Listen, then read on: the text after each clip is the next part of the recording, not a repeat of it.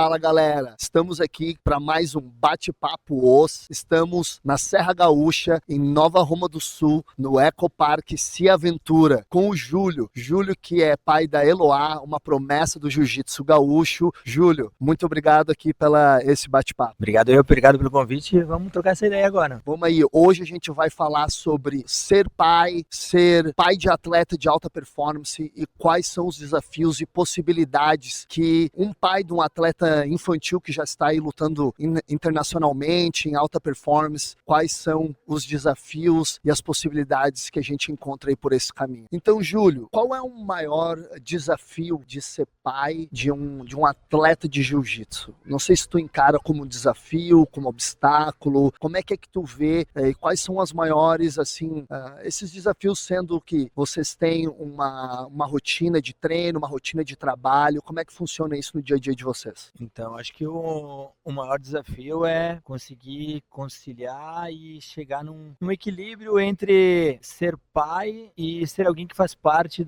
desse projeto de estar junto com ela, né? Como pai, estar ali sofrendo ou às vezes querendo tirar ela de certa angústia ou de algum medo que ela possa ter, de alguma pressão, né? E como alguém que faz um projeto que está junto nesse crescimento, nessa busca com ela, é saber que é nessa hora que ela vai ter o crescimento dela, que ela precisa passar por esses momentos, ela precisa lidar com frustração, ela precisa lidar com a pressão também daquele momento da luta. Então, acho que a maior importância é ter esse equilíbrio, né? Mas a gente tenta fazer com que ela consiga assimilar isso tudo e ter muita diversão. A palavra é diversão dentro do jiu-jitsu, né? Ver a importância que é, o quanto está sendo prazeroso para nós acompanhar ela em competições, tanto nacionais quanto internacionais, mas ao mesmo tempo fazer com que ela se divirta, né? Ela tá ali treinando, se divertindo, brincando, competindo e levando a sério no momento exato, levando a sério. Então, acho que esse equilíbrio, assim, de estar ali junto, fazendo parte disso tudo, de estar lidando no dia a dia, sabendo o momento que ela deve brincar. Hoje ela mora dentro do parque, então ela consegue brincar em bastante momento, mas tem um momento que ela precisa se focar no treino, né? Então, é isso que a gente tem feito aí nos últimos 8 meses. Então, show, assim, acho que tu falou ali sobre o equilíbrio e sobre esse desafio de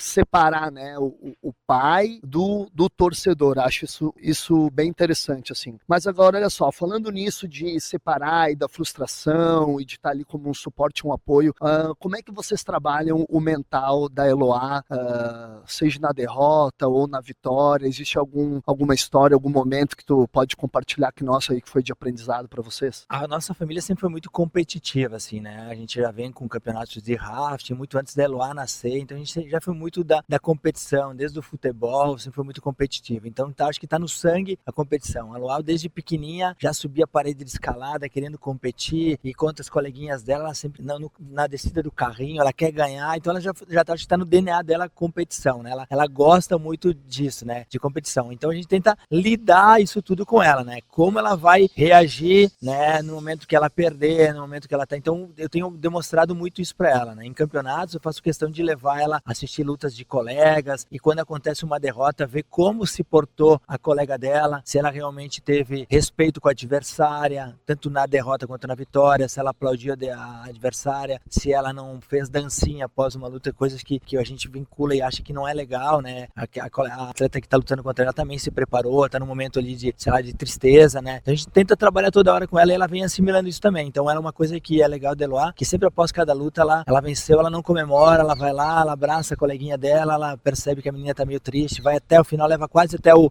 outro treinador para depois sim ela comemorar, né? Junto com nós. Então a gente vem trabalhando isso, porque a gente acredita que o jiu-jitsu também molda muito o caráter dela. A gente percebe que ela tem isso tudo, né? Lida com a pressão, lida com o momento de estar lá teoricamente sozinha dentro do tatame, com um monte de gente assistindo, como ela reage. Então a gente vai vendo como tá isso tudo e vai conversando com ela direto, né? Uma história, tu mencionou uma história legal, é que, por exemplo, a gente teve recentemente numa entrevista numa rádio, e ela tava com as medalhas, várias medalhas expostas em cima, bastante medalha de ouro, e tinha uma medalha de prata. Ela tem uma medalha de prata que foi o primeiro campeonato que ela foi, ela perdeu. E ela chorou pra caramba, né? Depois assimilou isso tudo, e nesse dia, naquele momento na rádio, pedindo pra ela qual é a medalha dali que ela mais gostava, né? E todo mundo, talvez até eu acreditando que ela fosse dizer a do Mundial aqui, e ela foi lá, mexeu em tudo e pegou a de prata e falou: a que eu mais gosto é essa aqui. É a minha primeira e a que me ensinou muita coisa. Aprendi muito com essa questão de ter ganho a prata, no caso, né? Então a gente fala muito que a vitória tem aprendizado, mas na derrota tem muito mais aprendizado, a gente aprende muito mais. mais, né? Analisa depois tudo o que aconteceu. Então a gente vem trabalhando com ela essa questão toda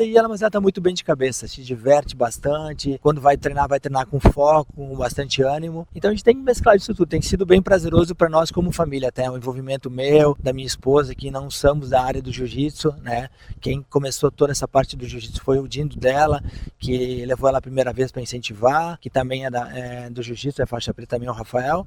Então agora a gente tá sendo prazeroso demais, né? 8 meses que a gente vem competindo, levando ela, passeando, aproveitando. Então tem sido muita coisa positiva para nós a entrada dela lá no jiu-jitsu. Cara, boa, perfeito. Então é interessante esse conceito de poder encarar a derrota como uma maneira de crescimento e entender que também a vitória não é o que te define como pessoa, né? E aí, assim, a gente vê uma grande pressão dos pais pela vitória dos filhos. No Brasil já está tendo uma tendência por esse caminho. Nos Estados Unidos é bem forte essa cultura do pai tá ali quase entrando dentro do tatame e uma cultura onde os pais ali se envolvem até demais na parte da competição, às vezes até tentando se sobressair ao professor, né?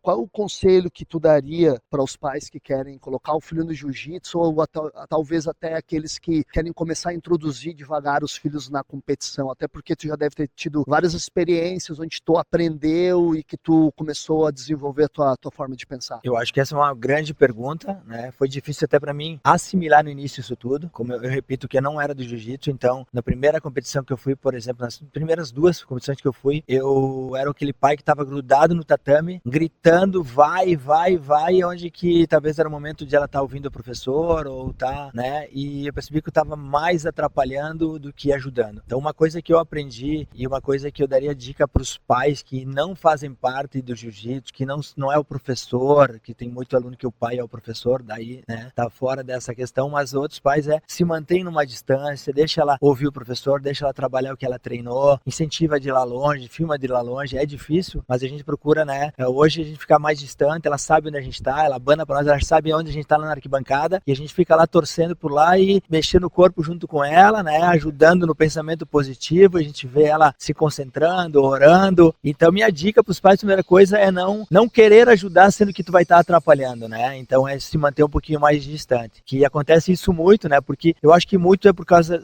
que eu vejo isso, sabe? Que o pai hoje ele é quase que ele é o patrocinador, ele banca tudo, então muitas vezes ele quer levar o filho ali, ele quer que o filho participe, é uma vitória também do pai, porque o pai passa tanto perrengue que quando o filho ganha ele diz essa vitória também é minha, e como tem muito pouco incentivo, né?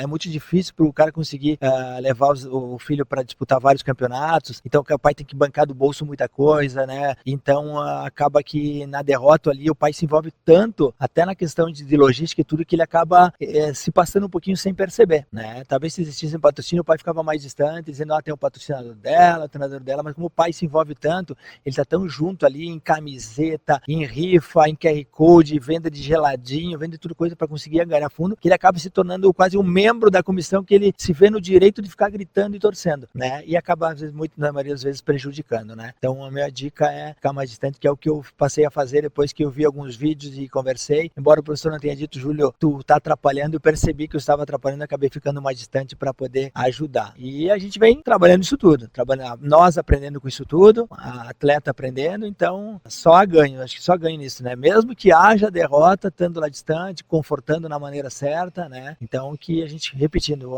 não é a derrota e a vitória que vai definir quem ela é ali naquele momento, né? Embora a derrota faça a gente aprender muito mais. Boa, Júlio, para mim faz muito sentido. Boa, Júlio, eu consigo ver agora todo o sucesso da Eloá, passa muito por vocês. Fico muito feliz de poder ter esse contato com vocês também e de ver que tem pais aí que realmente são um alicerce para os filhos e que isso só tem a fortalecer o nosso jiu-jitsu, o jiu-jitsu aqui da Serra, o jiu-jitsu do Rio Grande do Sul. A gente está muito bem representado, tanto no tatame quanto fora do tatame. Então, galera, esse foi o nosso bate-papo aqui com o Júlio no Ecopark Cia Aventura, em Nova Roma do Sul, na Serra Gaúcha, onde a gente conversou aqui com o pai da Eloá, uma referência aqui, está sendo uma grande promessa do jiu-jitsu gaúcho. Se vocês ainda não se registraram no nosso canal, se registra aí, compartilha esse vídeo com pais que podem podem estar se beneficiando aí também nesse bate-papo. Valeu aí, Júlio. Obrigadão. Valeu, obrigado.